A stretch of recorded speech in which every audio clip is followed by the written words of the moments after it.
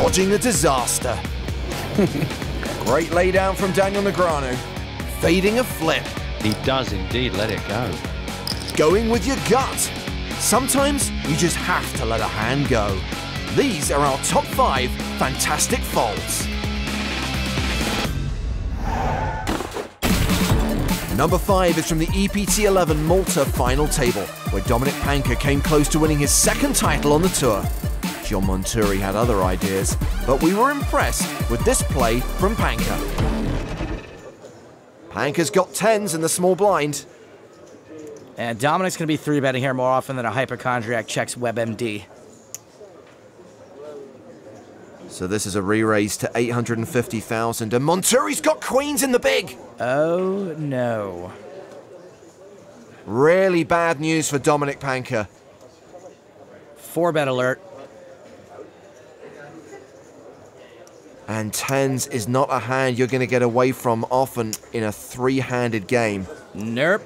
I see Dominic getting away from this less often than Carmen Sandiego gets away from the gumshoes. So Monturi's made it more than 2 million. Messina has folded. And now it's do or die time for Dominic Panka. In this case, probably do and die.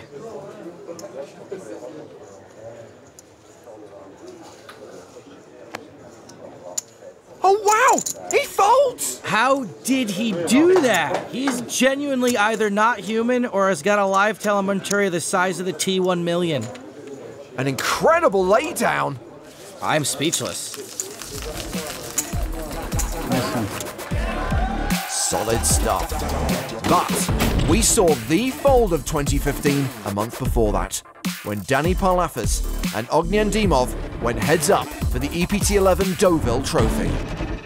Parlafas with Queen 8 here.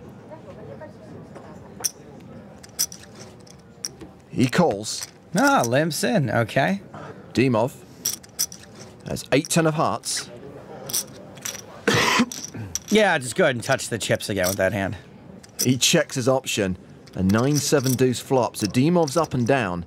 Parlafas ahead for now with Queen high. He bets 200k. He seems kind of frustrated. Quick call from Dimov. A 6 on the turn. That's the straight for Dimov. Remember before I was saying Danny Parlafas is running good? Well, now he's running really, really bad. Action goes check, check. Oh no, a 5 on the river. Parlafas now with the dummy end of the straight. He is running worse than the family from Honey Boo Boo. Wow. Look at this. Dimov makes a huge overbet. There was 680,000 in the middle. He's bet 1.2 million. I mean, Dimov has literally the only hand that Parlafas is losing to. I do not see him folding here. If he folds here, actually, I will take my shirt off and run around the building. How good can you run? Around the building with my shirt off? Better than the family from Honey Boo Boo.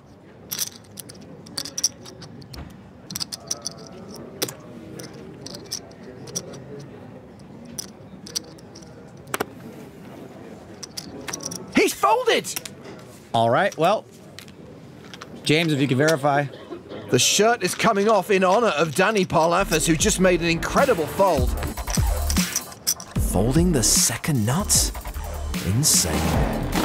8 years earlier, across the other side of the world, a legend was being created.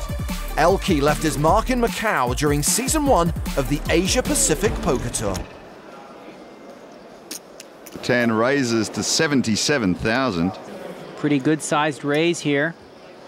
Over to Elke now. Queen Jack of diamonds.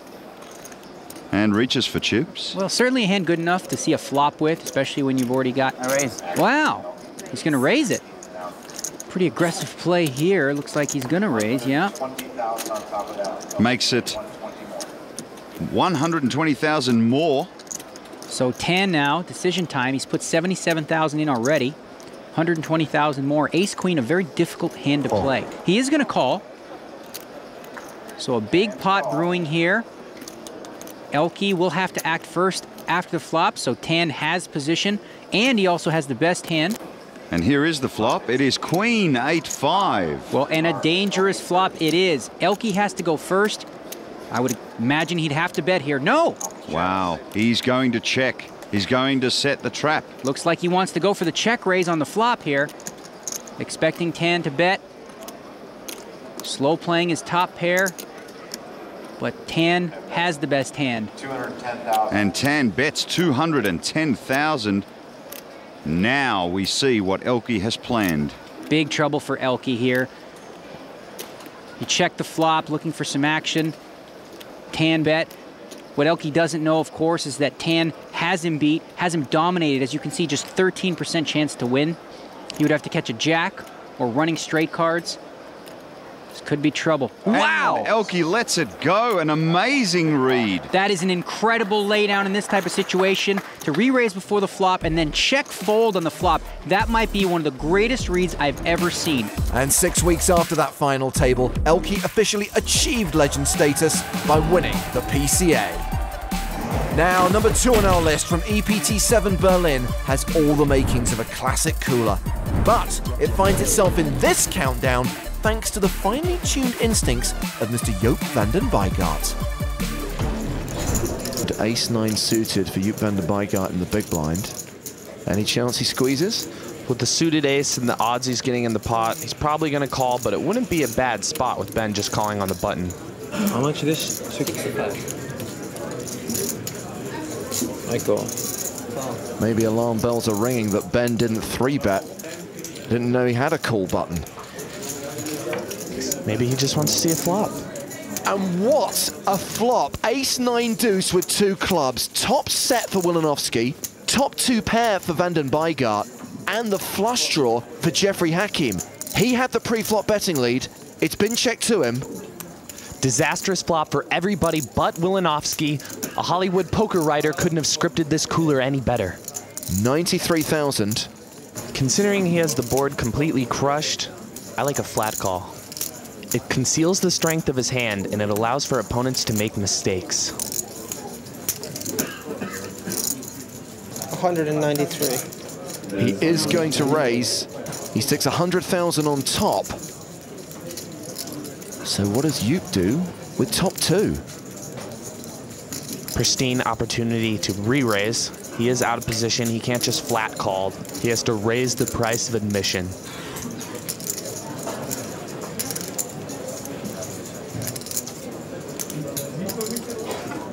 Show's about to get expensive. So he 3-bets to 530,000. He's stuck in about a third of his stack. No, Hakim can't call it all off with the flush draw. How much do you have behind? When Wilanovsky gets a count, he may well think that Joop van den Boogaard has committed himself to this pot. And for that reason, he may stick him all in to risk no clubs. Come on. He has shoved on van den Boogaard. He looks disgusted. I'd be happy. Wow. Wow, wow, wow.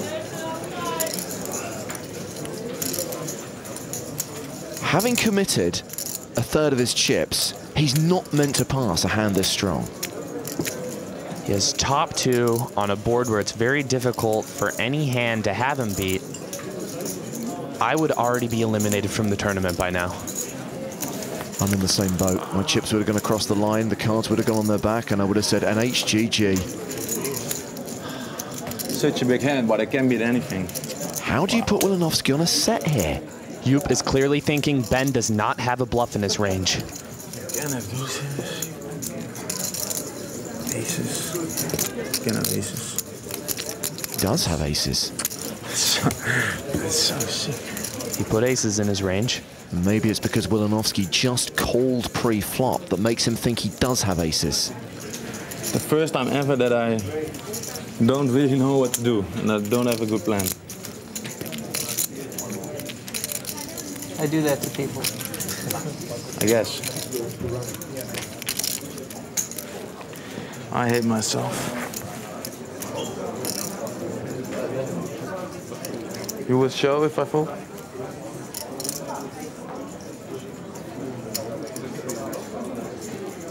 Talking all the time, and now you're saying, don't say anything.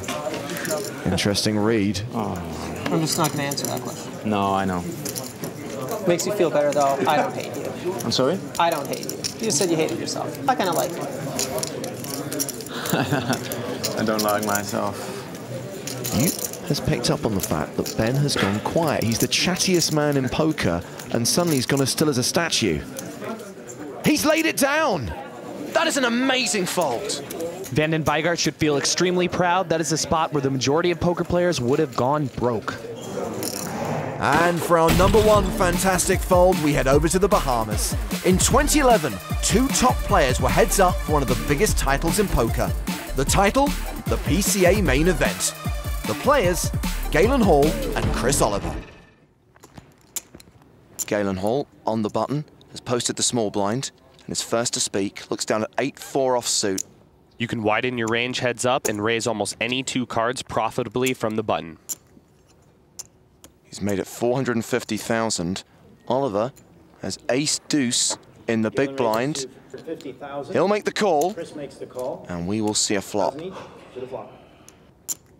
The flop is 3-5 deuce. It's an up and down straight draw for Hall. Oliver still leads with a pair of twos and a gut shot straight draw. This is a good flop for Hall to continuation bet.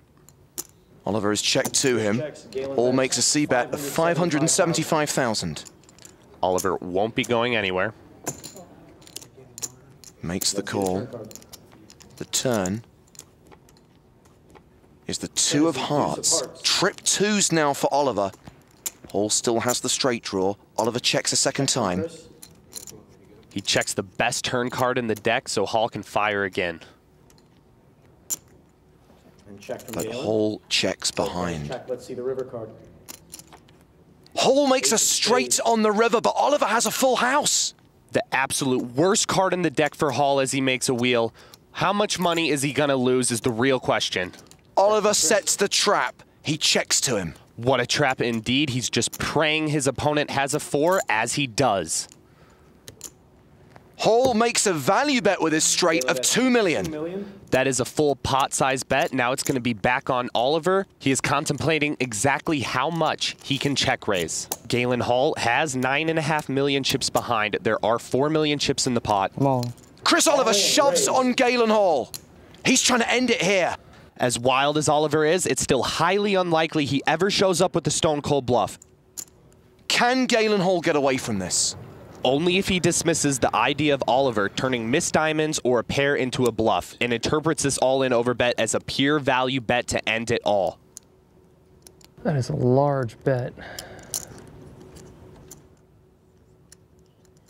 Large, it's twice the pot. If Galen Hall calls here with his straight, the tournament is over and Chris Oliver has won the 2011 PCA. Oliver's image is telling Hall to call, call, call. But something in his gut is telling him it doesn't add up, it's not right. And he makes the laydown! Galen Hall gets away from the straight. That is an amazing fold. Since he realized he was chopping the pot at best, he cut his losses and made a spectacular fold. Spoiler alert, Galen Hall went on to win. Well, those are our top 5 fantastic folds. For further fantastic finds, head to PokerStars.tv.